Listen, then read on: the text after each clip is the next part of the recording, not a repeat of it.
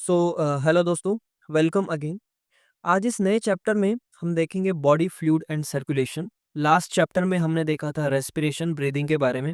अब नया chapter start करो और इसमें हम पढ़ेंगे बॉडी फ्लूइड के बारे में और हार्ट के बारे में, कैसे हमारा हार्ट काम करता है, उसकी फंक्शन के बारे में देखेंगे। What is blood, what is lymph, ये सब हम देखेंगे। ब्लड का कंपोजिशन क्या होता है वो सब देखेंगे।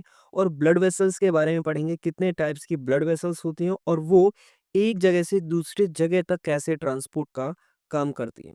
ठीक है, तो चलिए शुरू करते हैं। सबसे पहले देखते हैं कि सर्कुलेशन क्या होता है। What is circulation? So basically circulation is the transport of the nutrients, oxygen, CO2 and excretory product to concern tissue और द ऑर्गन। सर्कुलेटरी का मतलब है कि nutrient, oxygen, CO2 and excretory product का एक जगह से दूसरी जगह तक पहुंचाने को हम सर्कुलेशन बोलते हैं। और सर्कुलेशन का काम हमारा ब्लड करता है। You know very well, blood एक ऐसा टिश्यू है जो कि हमारी बॉडी में, पूरी बॉडी में फ्लो करता है। तो वो इस काम को करता है, चीजों को एक जगह से दूसरी जगह तक पहुंचाता है। ठीक है। So for circulation simple organism, देखिए सर्कुलेशन अलग अलग ऑर्गेनिज्म में अलग अलग होता है। जैसे हमने रेस्पिरेशन में पढ़ा था कि जो छोटे ऑर्गेनिज्म है, स्मॉल ऑर्गेनिज्म है, उनमें रेस्पिरेशन की प्रोसेस अलग तरीके से हो रही थी। और जो कॉम्प्लेक्स ऑर्गेनिज्म है, उनमें रेस्पिरेशन की प्रोसेस अलग तरीके से हो रही थी। तो सेम इस चैप्टर में भी हम ये देखेंगे कि सिंपल ऑर्गेनिज्म जैसे कि स्पॉन्जिस है, सील एंड प्लेट्स हैं, इनमें इनमें सर्कुलेशन की जो प्रोसेस है वो अलग तरीके से होगी। जबकि complex organism like human beings हैं, वर्टिब्रेट्स हैं, उनमें सर्कुलेशन की प्रोसेस अलग तरीके से होगी। ठीक है। देखते हैं सर्कुलेटरी पाथवे क्या होता है, यानी कि सर्कुलेशन किस किस वे से जाता है, किस किस वे से होता है, उसको हम बोलेंगे सर्कुलेटरी पाथवे। तो सर्कुलेट तो सर्कुलेटरी पाथवे दो तरीके से होता है। पहला है ओपन सर्कुलेटरी सिस्टम, दूसरा है close circulatory system. Basically open circulatory system में क्या होता है कि हमारे जो बॉडी के ऑर्गन्स हैं वो एक चैम्बर, कैविटी लाइक स्ट्रक्चर में पड़े होते हैं, जिसमें ऑक्सीजनेटेड ब्लड एक साइड से आता है, फिर डीऑक्सीजनेटेड होकर के वो दूसरी साइड में हार्ट के लिए निकल जाता है। जबकि क्लोज सर्कुलेटरी सिस्टम में क्या होता है, यहाँ पर जो ऑर्गन्स हैं वो एक कैविटी में नहीं पड़े होते हैं, वो एक पर्टिकुलर वेन्स या आर्टरी के थ्रू क्या होते हैं, वहां पर वेन्स या पर्टिकुलर आर्टरी आती है, उनको ब्लड दे करके फिर वो पर्टिकुलर आर्टरी वेन्स जो है वो ब्लड लेके हार्ट तक पहुंचाती है। ठीक है। यानी कि इसमें पूरा जो सिस्टम है वो एक क्लोज वेसल्स में होता है, जो फ्लो होता है ब्लड का। ठीक है। देखिए, जैसे कि आपको डायग्राम में दिख रहा है, ओपन सर्कुलेटरी सिस्टम में क्या हो रहा है, ये हार्ट है और ये ऑस्टिया, मतलब जो स्पोर्स हैं उनको हम ऑस्टिया बोलेंगे। ठीक है। जो पोर्स हैं उनको हम ऑस्टिया बोलेंगे और ये वॉल्व लगा है, जैसे कि हार्ट्स में वॉल्व होते हैं। तो यहाँ पर क्या हो रहा है कि ये आर्टरी है जो कि प्योर ब्लड को लेकर के आ रही है हार्ट से ऑर्गन की तरफ। और यहाँ पर ये जो पूरा दे रखा है, यहाँ पर ये ऑर्गन, यानी कि ये बॉडी है किसी ऑर्गेनिज्म की, ये ऑर्गन्स पड़े हुए हैं एक ओपन चैम्बर में। और ये क्या हो रहे हैं, परफ्यूज्ड हो रहे हैं, यानी कि ब्लड इन तक पहुंच रहा है, ये अपना काम कर रहा है, फिर से डीऑक्सीजनेट होकर के फिर कहाँ जा रहा है, ये फिर जा रहा है सीधा ये ब्लड में ऑक्सीजन लेने के लिए, यानी कि प्योर होने के लिए। और यहीं पर ही आपका लंग्स मिलेगी, ये सारे ऑर्गन्स यहाँ पर मिलेंगे। जबकि क्लोज सर्कुलेटरी सिस्टम में क्या हो रहा है, यहाँ पर ये हार्ट है, यहाँ पर एक वेन्स आई है, जो कि यहाँ पर एक आर्टरी आई है, जो कि ऑक्सीजनेटेड ब्लड को कहाँ ऑक्सीजनेटेड ब्लड को लेके जा रही है ऑर्गन्स तक। और फिर ये पर्टिकुलर वेन्स यहाँ पर ये डीऑक्सीजनेटेड ब्लड को लेकर जा रही है हार्ट तक ऑक्सीजनेशन के लिए। ठीक है। Open circulatory system, here the blood pumped by the heart passes through large vessels into open space or cavities called the sinus। और इन cavities को हम क्या बोलेंगे, साइनस बोलेंगे, जहां पर सारे organs जो है वो पड़े होते हैं। और ये किस किस में मिलेगा, ऑर्थोपोड्स और मोलस्क में मिलेगा। ठीक है। दूसरा है close circulatory system, here the blood pumped by the heart is always circulated through the blood vessels. यहाँ पर जो हार्ट पंप करता है ब्लड को, वो किसके थ्रू होके जा रहा है, वो ब्लड वेसल्स के थ्रू होके जा रहा है ईच ऑर्गन तक। ठीक है। This is more advantageous at the flow of as the flow of blood can as the flow of fluid can be more precisely regulated। ये आपको एनालिट्स और कॉर्डेट्स जो कि कॉम्प्लेक्स ऑर्गेनिज्म है वहां पर आपको देखने के लिए मिलेगा। ठीक है। अब यहाँ पर देखते हैं, जो हमारा हार्ट होता है उसमें चैम्बर्स होते हैं। बेसिकली हार्ट में डिवाइड होता है वो अंदर से, बाहर से नहीं, अंदर से आपको डिविजन्स देखने को मिलते हैं। तो कौन से ऑर्गेनिज्म में कितने डिवीजन मिलेंगे इसमें हम देखेंगे। सो फिशेज़, फिशेज़ में क्या होते हैं, रेस्पिरेशन के लिए गिल्स होते हैं, ठीक है? सो फिशेज़ में क्या होगा, वहाँ पर 2 चैम्बर हार्ट मिलेगा। यानी कि फिशेज़ फिशेज़ में आप ऐसा मान सकते हैं, आप ऐसा हार्ट मिलेगा, जहाँ पर ये एक एट्रियम है और ये आपका ये वेंट्रिकल है, ठीक है?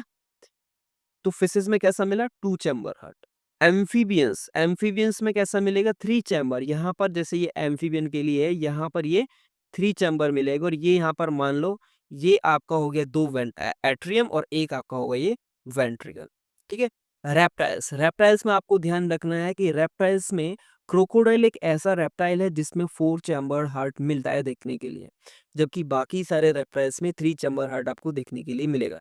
3 चैम्बर में सेम ऐसा ही मिलेगा, 2 एट्रियम मिलेंगे और एक वेंट्रिकल मिलेगा, ठीक है? यहाँ पर क्या होता है रेप्टाइल्स में, जो वेंट्रिकल है वो इनकम्प्लीटली पार्टीशन होता है उसमें, ठीक है? कंप्लीटली डिवाइड नहीं होता है, इसलिए वो 3 चैम्बर है और वो क्रोकोडाइल में जाकर के वो क्रोकोडाइल में जाकर के वो डिवाइड हो जाता है, इसलिए क्रोकोडाइल में 4 चैम्बर हार्ट देखने को मिलेगा, ठीक है? ये एमसीक्यू क्वेश्चन होता है, आपको ध्यान रखना है इसका। देन क्रोकोडाइल, बर्ड्स, मैमल्स, इनमें कैसा मिलेगा, सब में 4 चैम्बर हार्ट मिलेगा, 2 एट्रियम मिलेंगे और 2 आपको वेंट्रिकल्स मिलेंगे, ठीक है? Now the type of the circulation, circulation basically 3 तरह का होता है, एक सिंगल सर्कुलेशन, एक इनकम्प्लीट डबल सर्कुलेशन और एक आपका होता है डबल सर्कुलेशन, ठीक है? सिंगल सर्कुलेशन में क्या होता है, ये आपको मिलेगा फिशेस में।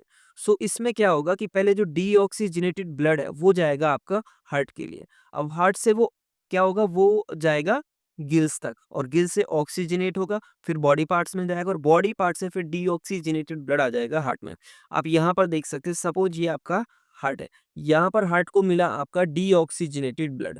अब हार्ट ने क्या काम किया, इसको गिल्स तक भेजा, जी फॉर गिल्स, गिल्स तक भेजा और गिल इसको कर देगा प्योर। अब ये प्योर होगा यानी कि ये पहुंच गया बॉडी, ये बॉडी तक भेज दिया उस और बॉडी इसका यूज कर लेगी ऑक्सीजनेटेड ब्लड का और ये फिर से डीऑक्सीजनेट होकर के फिर कहाँ पर पंप आउट कर देगा, ये हार्ट के लिए, ये फिर भेज देगा आपको हार्ट के लिए। तो ये जो एक सर्किल बन रहा है, ये सिंगल साइकिल बन रहा है, तो इसलिए इसको हम बोलते हैं सिंगल सर्कुलेशन, ठीक है? Now now incomplete circulation, incomplete double circulation. Now now incomplete double circulation, incomplete double circulation में क्या होगा, पहले इसके पहले डबल सर्कुलेशन देखते हैं। सो डबल सर्कुलेशन में क्या होगा कि जो हमारा, क्योंकि ये डबल सर्कुलेशन मिलेगा आपको कॉम्प्लेक्स ऑर्गेनिज्म है और कॉम्प्लेक्स ऑर्गेनिज्म में आपको 4 चैम्बर हार्ट मिलेगा। यहाँ पर क्या होगा, डीऑक्सीजनेटेड ब्लड आएगा राइट एट्रियम में, अब राइट एट्रियम से जाएगा राइट वेंट्रिकल में और राइट वेंट्रिकल से ही जाएगा लंग्स के लिए ऑक्सीजनेशन के लिए, वहां से आ जाएगा ये लेफ्ट एट्रियम में, अब लेफ्ट एट्रियम से जाएगा लेफ्ट वेंट्रिकल में और देन बॉडी के लिए ये ऑक्सीजनेट होकर के बॉडी में चला जाएगा, ठीक है? तो यहाँ पर क्या हो रहा है कि डीऑक्सीजनेटेड ब्लड आया हार्ट में, फिर जा रहा है लंग्स को, फिर से हार्ट में आ रहा है, फिर बॉडी को जा रहा है, तो यहाँ पर ये 2 बार हार्ट में एंटर कर रहा है, इसलिए इसको हम डबल सर्कुलेशन बोलते हैं, ठीक है? इसमें क्या लिखा है देखते हैं। So in birds and the mammals, right atrium get deoxygenated blood and passes to right ventricle, and left atrium get oxygenated blood and passes to left ventricle. The ventricle pump it out separately without any mixing up. अब यहाँ से जो left वेंट्रियम है, left ventricle है, वहां से body के लिए पंप आउट हो जाएगा, ठीक है? डबल सर्कुलेशन क्यों बोलते हैं, क्योंकि यहाँ पर 2 बार एंटर कर रहा है ये हार्ट में ब्लड, ठीक है? अब इनकम्प्लीट डबल सर्कुलेशन क्या है, इन एम्फीबियन एंड रेप्टाइल्स, याद रखना है कि इनकम्प्लीट डबल सर्कुलेशन मिलेगा आपको रेप्टाइल्स और एम्फीबियंस में, ठीक है? इन दिस लेफ्ट एट्रियम,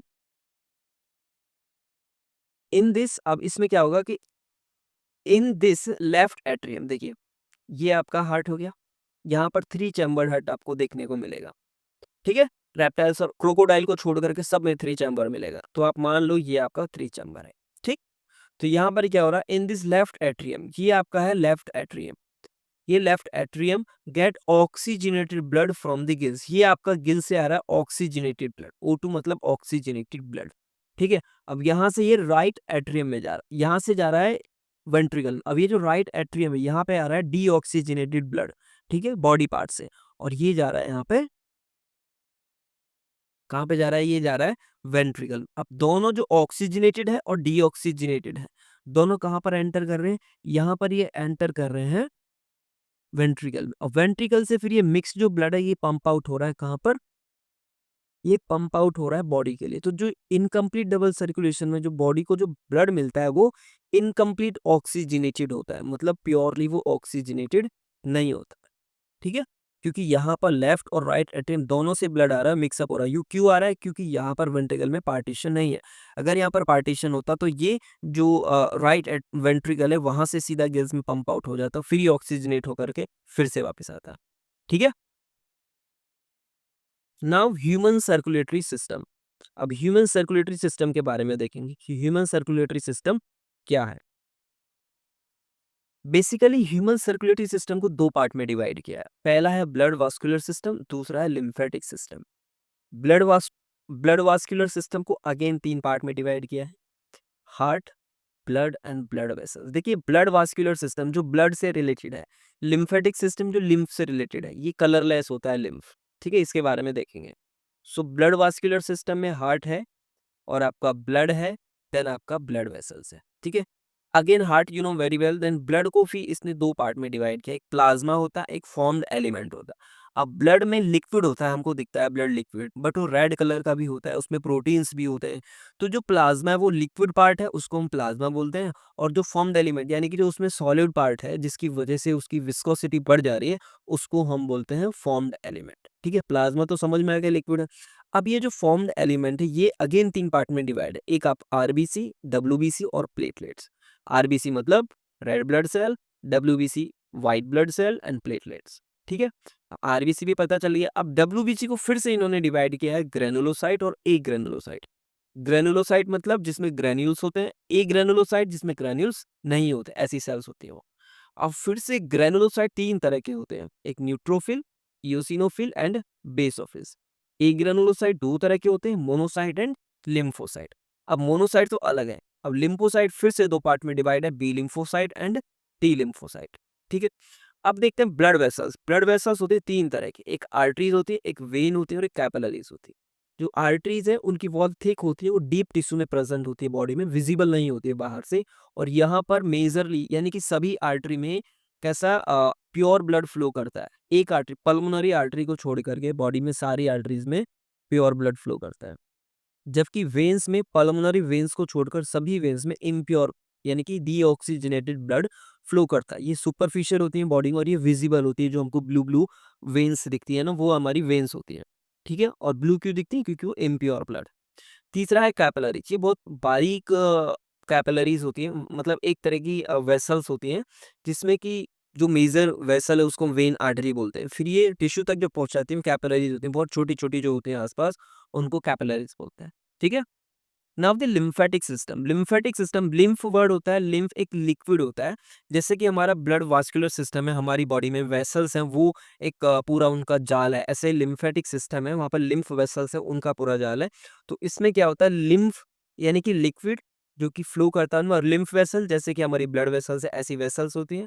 और लिम्फ नोड, ये जगह जगह पर एक इम्यूनिटी प्रोवाइड करने के लिए नोड्स प्रेजेंट होते हैं, जिनको हम लिम्फ नोड्स बोलते हैं, वहां से रेगुलेट होते हैं चीजें।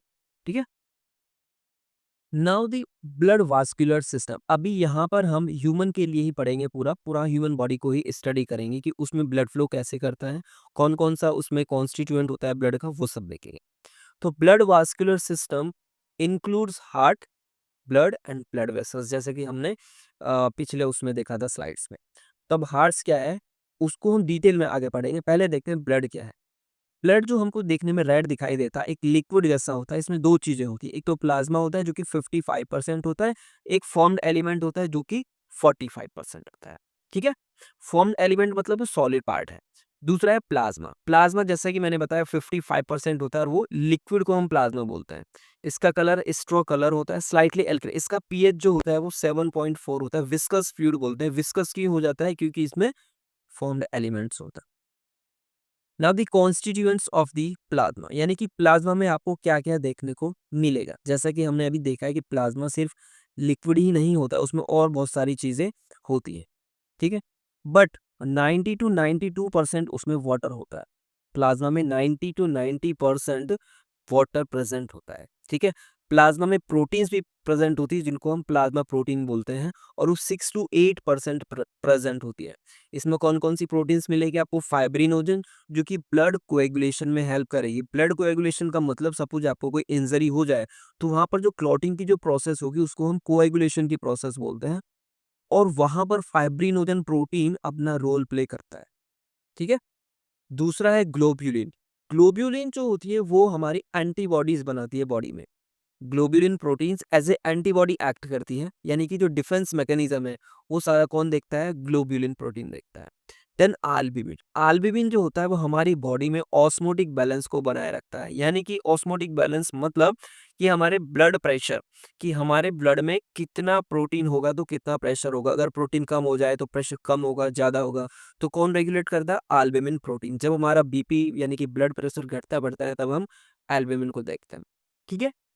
Now the glucose, amino acids and lipid and cholesterol also present in the plasma. Then inorganic constituents में आपका sodium ion, calcium, magnesium chloride, bicarbonate, ये सब प्रेजेंट हो गए। जैसे कि हमने रेस्पिरेशन में देखा था, बाइकार्बोनेट का काम क्या था कि ये CO2 का ट्रांसपोर्ट कर रहा था। ठीक है, as a bicarbonate. Now gases भी प्रेजेंट होती है जैसे कि carbon dioxide, oxygen and nitrogen.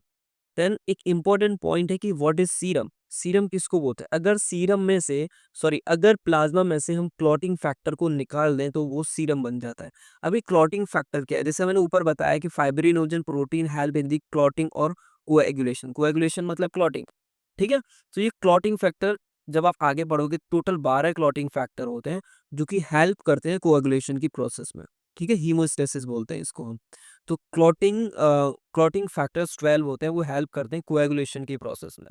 ठीक है। लेकिन अगर प्लाज्मा में से इन क्लॉटिंग फैक्टर्स को निकाल दे, यानी कि फाइब्रिनोजन और इन सबको निकाल दे, तो उसको हम बोलेंगे सीरम। ठीक है। अभी हमने देखा प्लाज्मा, अब हम देखेंगे फॉर्म्ड एलिमेंट्स क्या है। जैसा कि मैंने बताया कि फॉर्म्ड एलिमेंट्स जो होते हैं उनको हम सॉलिड पार्ट्स बोलते हैं, जैसे कि आपका आरबीसी है, डब्ल्यूबीसी है और प्लेटलेट्स है। तीन ही फॉर्म्ड एलिमेंट्स, इनके अलग अलग टाइप्स हैं बट टोटल तीन ही फॉर्म्ड एलिमेंट्स हैं जो कि ब्लड में प्रेजेंट होते हैं। ठीक है। तो सबसे पहले देखते हैं रेड ब्लड सेल, जिसको हम एरिथ्रोसाइट्स भी बोलते हैं। ठीक है। रेड ब्लड सेल क्यों बोलते हैं? क्योंकि इनमें रेड कलर का एक पिगमेंट प्रेजेंट होता है जिसको हम बोलते हैं हीमोग्लोबिन। ठीक है।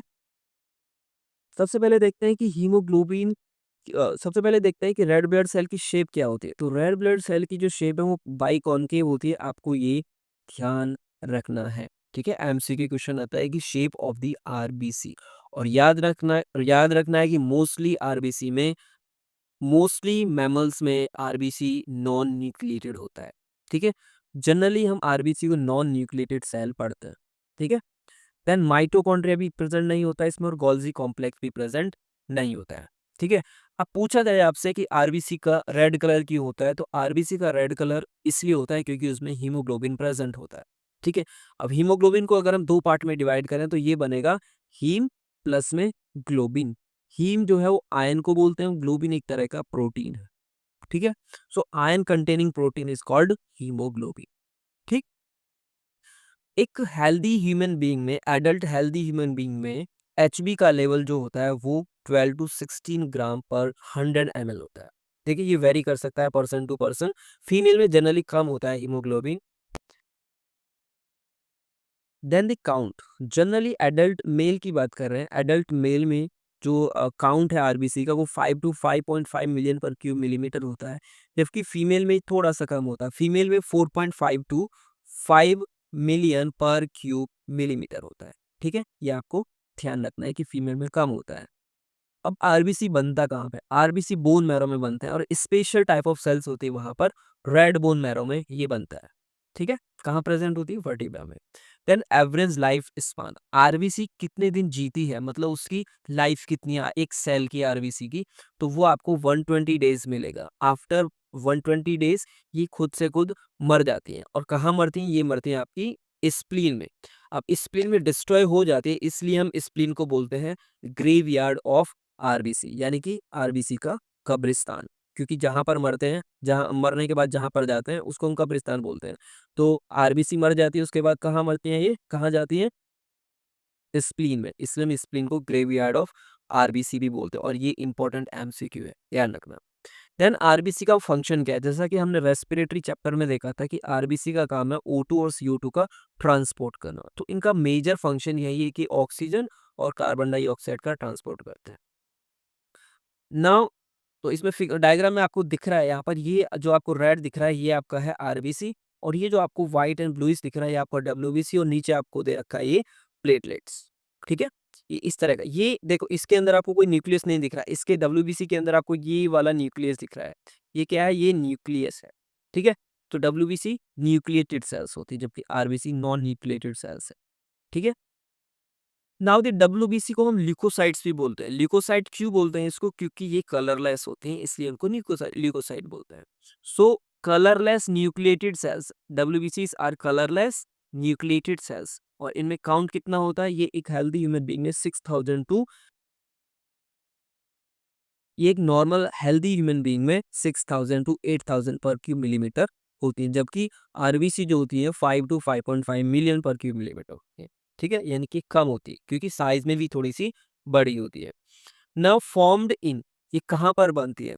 जो आरबीसी की बात करी थी वहां पर ये रेड बोन मैरो में बन रही थी, जबकि डब्ल्यूबीसी बोन मैरो में बनता है, लिम्फ ग्लैंड में बनता है और स्प्लीन में, ये 3 जगह पे बनता है डब्ल्यूबीसी। ठीक है, लाइफ स्पान, ये इनका लाइफ स्पान डब्ल्यूबी आरबीसी के कंपैरिजन में कम होता है। डब्ल्यूबीसी में 1 टू 15 डेज होता है, यानी कि ये ऐसा इसलिए लिखा है क्योंकि डब्ल्यूबीसी कई तरह की होती है और वो उनका लाइफ स्पान भी अलग अलग होता है। ठीक है, ये डिपेंड करेगा टाइप ऑफ दी सेल पर। ठीक है, but on an average 1 to 15 days उनका लाइफ स्पान होता है डब्ल्यूबीसी का। नाउ द फंक्शन, तो बेसिकली डब्ल्यूबीसी को कंसिडर करते हैं हम एज ए इम्यूनिटी प्रोवाइड करने में, इम्यून सिस्टम में एंटीबॉडी बनाने में, ये सब काम है। जब हमारा कोई एंटीजन बॉडी में एंटर करता है तो उससे लड़ने का काम कौन करेगा? डब्ल्यूबीसी करेगा। ठीक है, फाइट कौन करेगा? डब्ल्यूबीसी। यहाँ पर आपको दिख रहा होगा, ये जो आपको शेप दिख रहा है, ये जो रेड कलर की दिख रही है, ये सब क्या है? आरबीसी है। ठीक है, ये पतासे की तरह दिख रहे हैं, ये सब आरबीसी है। जबकि डब्ल्यूबीसी की डिफरेंट टाइप ऑफ सेल्स हैं, 5 तरह की सेल्स हैं, ये आगे हम देखेंगे। ये मोनोसाइट है जो कि सबसे बड़ा होता है साइज में, ये इओसिनोफिल है, बेसोफिल है, लिम्फोसाइट है और न्यूट्रोफिल्स है। ठीक है, now type of the WBC, there are 2 type of WBC, जब हमने पिछला स्लाइड्स में देखा था। एक ग्रेनुलोसाइट होता है और एक एग्रेनुलोसाइट, जिसमें ग्रेन्यूल्स प्रेजेंट होंगे वो ग्रेनुलोसाइट होगा, और जिसने ग्रेन्यूल्स एब्सेंट होंगे उसको हम एग्रेनुलोसाइट बोलेंगे। ठीक है, अब अगेन ग्रेनुलोसाइट भी 3 तरह का होता है। अगेन ग्रेनुलोसाइट भी 3 तरह का होता है। पहला है न्यूट्रोफिल, दूसरा इओसिनोफिल और तीसरा है बेसोफिल्स। ये ग्रेनुलोसाइट्स है, इनमें ग्रेन्यूल्स प्रेजेंट होंगे। सो न्यूट्रोफिल्स को हम हेट्रोफिल्स भी बोलते हैं। ये 60 टू 65% प्रेजेंट होती हैं हमारे ब्लड में, सबसे ज़्यादा प्रेजेंट होती है अगर हम डब्ल्यूबीसी की बात करें, न्यूट्रोफिल्स। इनको हम सोल्जर्स ऑफ द बॉडी भी बोलते हैं, MCQ, soldiers of the body. और इनका काम है फैगोसाइटोसिस। फैगोसाइटोसिस का मतलब है दूसरी सेल को खा जाना, या किसी भी एंटीजन, कोई भी माइक्रो ऑर्गेनिज्म अगर आपकी बॉडी में जो कि हार्मफुल है, वो अगर एंटर करता है तो उनको खाने का काम कौन करता है? मार कर खा जाती है न्यूट्रोफिल्स। तो उस प्रोसेस को हम बोलते हैं फैगोसाइटोसिस। ठीक है, और सोल्जर्स ऑफ बॉडी भी इसलिए बोलते हैं क्योंकि हेल्प करती है हमारे एंटीजन से लड़ने में। दूसरा 60 टू 65% प्रेजेंट होती है न्यूट्रोफिल्स। ठीक है, नाउ द इओसिनोफिल। इओसिनोफिल को एसिडोफिल्स भी बोलते हैं। ये 2 से 3% होते हैं और ये रेजिस्टेंट इन्फेक्शन, यानी कि जब कोई इन्फेक्शन आता है तो उसको ये एक्टिवेट हो जाते हैं और उससे लड़ने का काम करती है। ठीक है, तो इन्फेक्शन के अगेंस्ट लड़ने का काम कौन कर रहा है? हमारा इओसिनोफिल। ठीक है, और ये एलर्जिक रिएक्शन प्रोड्यूस करते हैं। कैसे उससे लड़ने का काम करते हैं? जब भी कोई एंटीजन हमारी बॉडी में इन्फेक्शन लगेगा तो ये एलर्जिक रिएक्शन प्रोड्यूस करके हमारी बॉडी को अलार्म कर देंगे कि हम बॉडी में कोई एंटीजन आ गया है बाहर से। ठीक है, तो ये एलर्जिक रिएक्शन प्रोड्यूस करती है इओसिनोफिल, न्यूट्रोफिल्स, फैगोसाइटोसिस, और ये एलर्जिक रिएक्शन प्रोड्यूस करती है। नाउ दी बेसोफिल्स, बेसोफिल्स को साइनोफिल्स भी बोलते हैं। बेसोफिल्स 0.5 से 1% होती है और ये हिस्टामिन सिक्रेट करती है, सीरोटोनिन सिक्रेट करती है और हेपेरिन सिक्रेट करती है, और ये इन्फ्लेमेटरी रिएक्शन प्रोड्यूस करती है। ये सब क्योंकि डब्ल्यूबीसी का काम ये कि हमारी बॉडी को क्या प्रोटेक्ट करे वो। कैसे? जब कोई हमारी बॉडी में एंटीजन आ रहा है तो उससे लड़ने का काम डब्ल्यूबीसी सेल्स ही करती है। 5 तरह की सेल्स होती है डब्ल्यूबीसी, उन सबका काम होता है कि वो कैसे ना कैसे हमारी बॉडी को सुरक्षा प्रोवाइड करे। ठीक है? तो सबका अपना अलग-अलग रोल है यहाँ पर। न्यूट्रोफिल्स का अलग है, इओसिनोफिल का अलग है, बेसोफिल का अलग है। बेसोफिल में क्या है? हिस्टामिन, हिस्टामिन जो एंटी एलर्जिक होता है। हेपेरिन जो कि हेपेरिन क्या होता है? हेपेरिन होता है एंटी कोएगुलेंट। ठीक है? ये एंटी कोएगुलेंट होता है, ये क्लॉट होने से बचाता है हमारी बॉडी में हेपेरिन, और ये इन्फ्लामेटरी रिएक्शन प्रोड्यूस करता है। Now the A granulocyte. A granulocyte 2 तरह के होते हैं, एक लिम्फोसाइट्स और एक मोनोसाइट्स। जो लिम्फोसाइट्स हैं वो 20 टू 25% होते हैं। सबसे ज़्यादा होता है हमारा न्यूट्रोफिल जो कि 60 टू 65% होता है, और सबसे कम होता है हमारा बेसोफिल्स 0.5 टू 1%। ठीक है? So lymphocyte smallest WBC with largest nucleus. जो लिम्फोसाइट्स हैं, आपको फिगर में देख सकते हैं आप डायग्राम में, कि ये जो लिम्फोसाइट है यहाँ पर ये स्मॉलेस्ट सेल है, बट इसका जो न्यूक्लियस आपको दिख रहा है वो सबसे बड़ा न्यूक्लियस है इसमें। ये जो आपको न्यूक्लियस दिख रहा है सबसे बड़ा न्यूक्लियस है लिम्फोसाइट में। ठीक है? वहीं पर अगर हम बेसोफिल्स में देखें, वहीं पर अगर हम मोनोसाइट में देखें, मोनोसाइट 6 टू 8% है, बट ये लार्जेस्ट डब्ल्यूबीसी है। बट वो लार्जेस्ट डब्ल्यूबीसी है। जो मोनोसाइट्स हैं, मोनोसाइट्स वो सबसे बड़ी होती है और लिम्फोसाइट सबसे छोटी होती है। बट अगर न्यूक्लियस की बात करें तो लिम्फोसाइट में सबसे बड़ा न्यूक्लियस प्रेजेंट होता है। ठीक है? और मोनोसाइट का फंक्शन है phagocytosis, same like neutrophil. Then lymphocyte भी 2 तरह के होते हैं आपके, एक तो बी लिम्फोसाइट और एक टी लिम्फोसाइट। बी मतलब जो लिम्फोसाइट बोन मैरो से बनेंगी उनको बी लिम्फोसाइट, और जो लिम्फोसाइट थाइमस से बनेंगी उनको टी लिम्फोसाइट बोलते हैं। ठीक है? और ये इम्यून रिस्पॉन्स प्रोड्यूस करते हैं और ये एंटीबॉडीज बनाते हैं। Specially B lymphocyte produce antibody. ठीक है? Again antigen. ठीक।